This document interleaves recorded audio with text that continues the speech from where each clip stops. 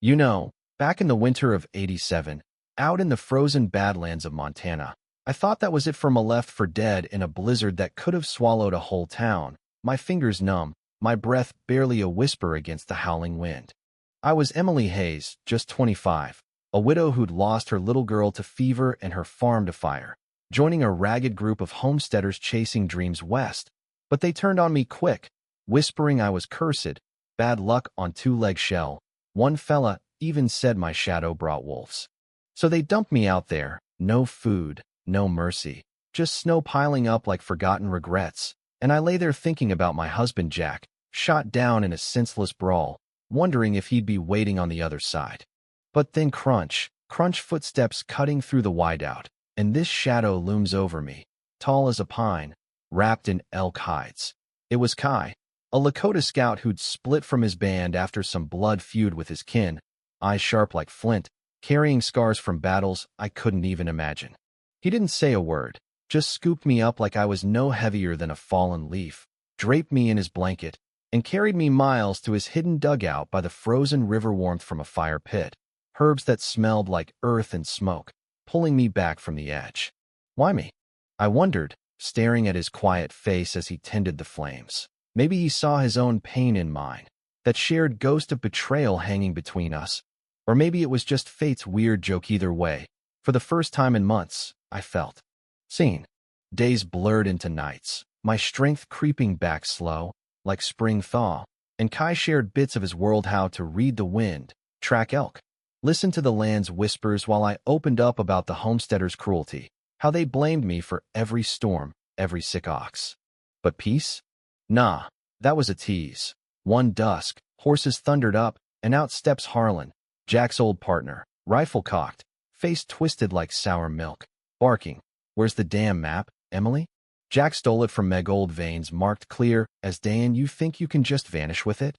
His eyes gleamed with that ugly greed, the kind born from years of scraping by, land disputes turning friends to foes, and I froze, realizing Jack had hidden it in my old locket, a secret he'd taken to the grave, or so I thought. Kai stepped forward, calm as stone, knife in hand, snarling back, "She owes you nothing, right off or taste the dirt." But Harlan laughed, cold and mocking. "You? A lone drifter playing hero? We'll burn this hole down." Shots cracked the air, a warning that grazed Kai's arm, blood blooming red on snow, and we barely held them off, hearts pounding like war drums that night. Huddled by the embers, I confessed the map's weight, how it tied to sacred lands Jack had poached knowledge from, betraying folks like Kai's people for a quick fortune. And Kai's jaw tightened, his voice low. "I've lost too much to thieves like him. But you? You're not him." We hit the trail at dawn, dodging canyons and ghost towns, the chase heating up. Harlan's crew, plus some badge-wearing marshals twisted by bribes, all hungry for that gold promise, their motives clear as greed gets. Power over dirt that wasn't theirs, old grudges from reservation wars bubbling over. Ambush hit us hard in a dusty pass. Arrows wait. No, bullets whizzing from rocks. And there was Harlan again, grinning like a coyote. "End of the line, sweetheart, hand it over or watch your savage bleed out."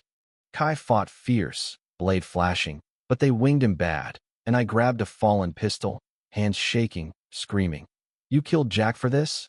Your own blood?" His laugh echoed, bitter. "He crossed me first, sis family's just a word when gold calls." We scraped out alive, hiding in caves, my secrets spilling. The wanted poster with my face, framed for a fire, I set to escape Jack's growing rage. Theft of docks that exposed land grabs. Turns out Jack wasn't dead.